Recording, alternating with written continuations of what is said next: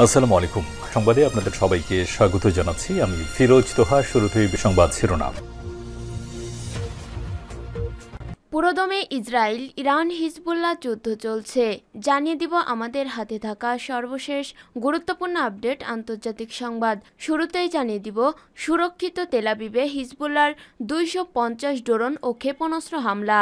ইসরায়েলের অভ্যন্তরে ভয়াবহ হামলা চালিয়েছে ইরান সমর্থিত লেবাননের সশস্ত্র আন্দোলন হিজবুল্লাহ। গোষ্ঠীটি এক বিবৃতিতে বলেছে, তারা প্রথমবারের মতো দক্ষিণ ইসরায়েলের আশদোদ নৌঘাঁটিতে একজাক ড্রোন সহ বিমান হামলা শুরু করেছে। এরপর জানিয়ে দিব গ্রেপ্তারি পরোয়ানায় উদ্বেগ বাড়ছে ইসরায়েলি নিরাপত্তা মহলে।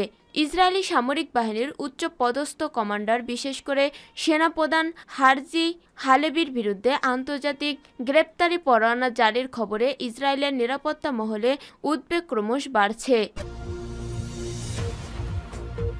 এদিকে মার্কিন ইহুদি তরুণদের 37% হামাস সমর্থক।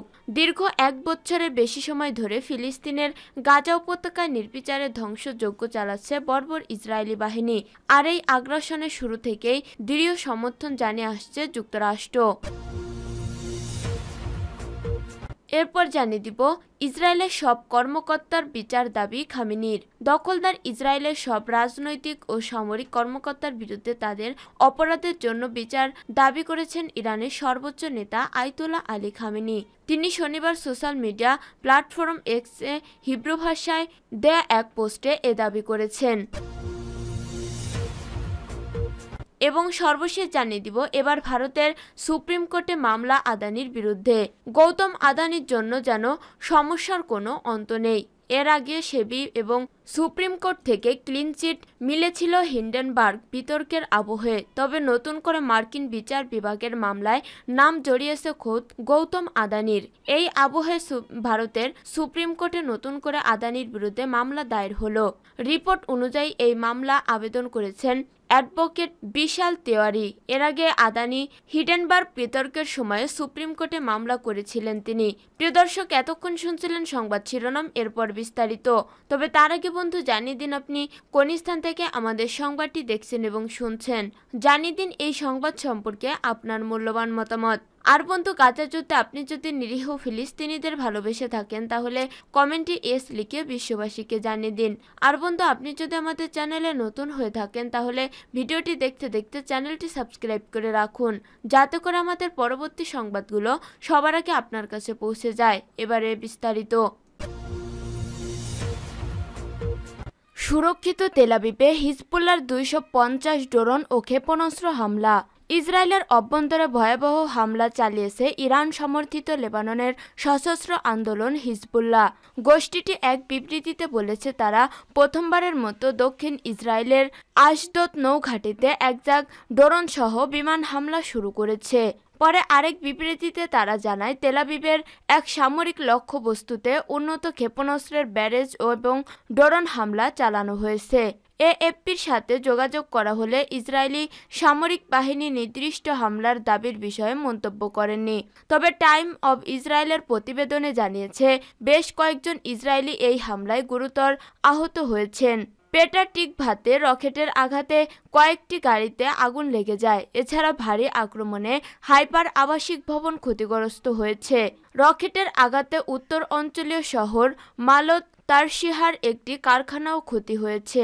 ইসরায়েলি সংবাদ মাধ্যমে যেসব ছবি ও ভিডিও ছড়িয়ে পড়েছে তাতে ব্যাপক ক্ষয়ক্ষতি হয়েছে বলে মনে করা হচ্ছে। সংবাদ মাধ্যমগুলো জানিয়েছে, হামলার আগে তেল আবিব শহরতলি সহ মধ্য ও উত্তর ইসরায়েলের বেশ কয়েকটি স্থানে বিমান হামলার সাইরেন বাজছিল। ইসরায়েলি সেনাবাহিনী পরে এএফপিকে বলেছে, হিজবুল্লাহ নিক্ষেপ করা প্রায় 250টি ক্ষেপণাস্ত্র লেবানন থেকে ইসরায়েলে প্রবেশ করেছে। কিছু ক্ষেপণাস্ত্র গুলি করে নামিয়ে দেওয়া হয়। সামরিক বাহিনী বলেছে, 24শে সেপ্টেম্বর থেকে কমপক্ষে এ পর্যন্ত হিজবুল্লাহ 350টির মতো ক্ষেপণাস্ত্র ছুড়ছে। মেডিকেল এজেন্সিগুলো জানিয়েছে, ইসরায়েল কমপক্ষে 11 জন আহত হয়েছে, যার মধ্যে একজন মাঝারি থেকে গুরুতর অবস্থায় রয়েছেন। 2023 সালের 8 অক্টোবর থেকে হিজবুল্লাহর নেতৃত্বাধীন বাহিনী প্রায় দৈনিক সীমান্তে ইসরায়েলি সম্প্রদায় এবং সামরিক পোস্টগুলোতে আক্রমণ করেছে। তাদের দাবি গাজা যুদ্ধে ফিলিস্তিনিদের সমর্থনে এই হামলা।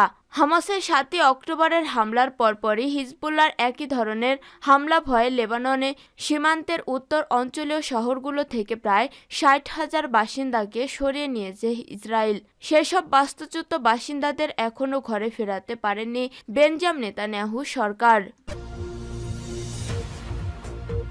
গ্রেপ্তারি পরোয়ানায় উদ্বেগ বাড়ছে ইসরায়েলি নিরাপত্তা মহলে।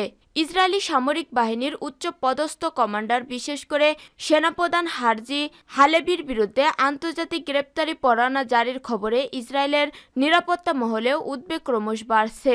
খোদ দেশটির গণমাধ্যমগুলো এই খবর জানিয়েছে। ইসরায়েলি গণমাধ্যমের প্রতিবেদনে জানানো হয়েছে, দেশটির উচ্চ পর্যায়ের কর্মকর্তাদের বিরুদ্ধে এই গ্রেপ্তারি পরোয়ানার বিষয়ে তীব্র দুশ্চিন্তা রয়েছে ইসরায়েলি গোয়েন্দা সংস্থা। ইসরায়েলি রেডিওর এক প্রতিবেদনে বলা হয়েছে, ইসরায়েলি সেনাবাহিনীর কিছু কর্মকর্তার বিরুদ্ধে গোপন গ্রেপ্তারি পরোয়ানা জারি হয়েছে। এই পরোয়ানার ভিত্তিতে হেগ আদালতে তাদের বিরুদ্ধে কার্যক্রম শুরুর সম্ভাবনা রয়েছে। একই সঙ্গে কিছু দেশ অস্ত্র সরবরাহে বিলম্ব বা লাইসেন্স স্থগিত করার উদ্যোগ নিয়েছে, যা ইসরায়েলের জন্য নতুন চ্যালেঞ্জ তৈরি করেছে। প্রতিবেদনে আরও বলা হয়েছে যে উদ্ধৃত পরিস্থিতি মোকাবেলায় ইসরায়েলি প্রশাসন বিভিন্ন জবাবি পদক্ষেপের কথা ভাবছে। এর মধ্যে রয়েছে গাজা উপত্যকার জন্য মানবিক সহায়তা কমিয়ে দেওয়া।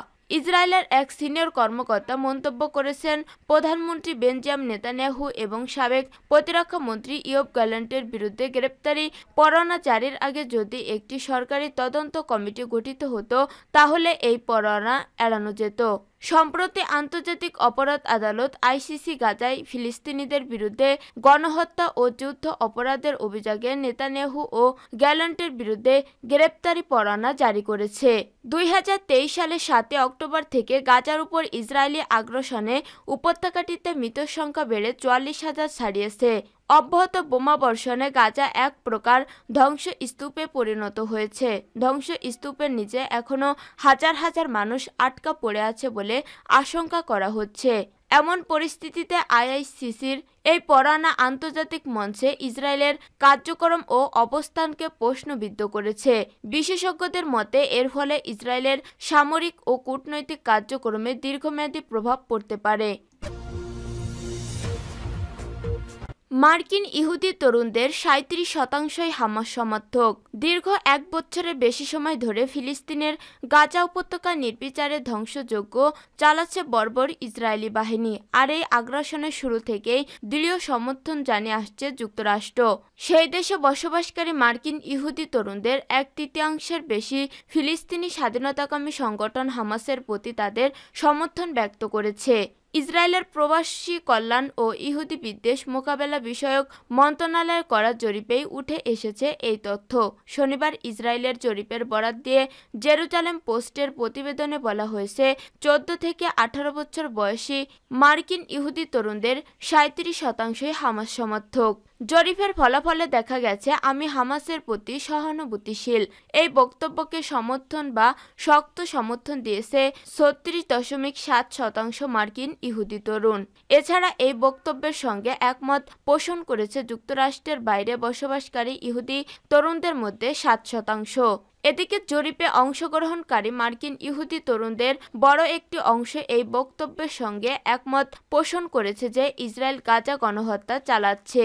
এ হার ৪১.৩%। বিপরীতে যুক্তরাষ্ট্রের বাইরে বসবাসকারী ইহুদি তরুণদের মধ্যে এ হার ১০%। বিস্ময়কর হলো, মার্কিন ইহুদি তরুণদের উল্লেখযোগ্য অংশ শুধু যে হামাসের প্রতি সহানুভূতিশীল তা নয়, তাদের মধ্যে সংখ্যাগরিষ্ঠ অংশ ৬৬%। সার্বিকভাবে ফিলিস্তিনি জনগণের ব্যাপারেও সহানুভূতিশীল। জরিপে এও দেখা গেছে, এতে অংশগ্রহণকারীদের মধ্যে সংখ্যাগরিষ্ঠ অংশ ইসরায়েলপন্থী মনোভাব পোষণ করে। যেমন ৬২% মার্কিন ইহুদি তরুণ নিজেদের ইহুদিবাদী বলে বিবেচনা করেন। অন্যদিকে ৮৪% বলেছে একটি ইহুদি রাষ্ট্র হিসেবে ইসরায়েলের টিকে থাকার অধিকার রয়েছে। গত বছরের ৭ই অক্টোবর শুরু হয় ইসরায়েল হামাস যুদ্ধ। হামাস যোদ্ধাদের নির্মূল করার অজুহাতে ওই দিন থেকেই গাজায় নারকীয় হামলা চালাচ্ছে ইসরায়েল। তাদের তাণ্ডবে এখন পর্যন্ত ৪৪,০০০-এর বেশি ফিলিস্তিনি নিহত হয়েছেন বলে জানিয়েছে গাজার স্বাস্থ্য মন্ত্রণালয়। নিহত ব্যক্তিদের বেশিরভাগ নারী ও শিশু। তবে গাজার চিকিৎসকদের অনুমান নিহত ফিলিস্তিনের সংখ্যা ১ লাখের বেশি। চিকিৎসা সাময়িকী ল্যান্সেট বলেছে এ সংখ্যা ১,৮৬,০০০ বা এর বেশি। ইসরায়েলের সব কর্মকর্তার বিচার দাবি খামেনির। দখলদার ইসরায়েলের সব রাজনৈতিক ও সামরিক কর্মকর্তার বিরুদ্ধে তাদের অপরাধের জন্য বিচার দাবি করেছেন ইরানের সর্বোচ্চ নেতা আয়াতুল্লাহ আলী খামেনি। তিনি শনিবার সোশ্যাল মিডিয়া প্ল্যাটফর্ম এক্সে হিব্রু ভাষায় দেয়া এক পোস্টে এ দাবি করেন।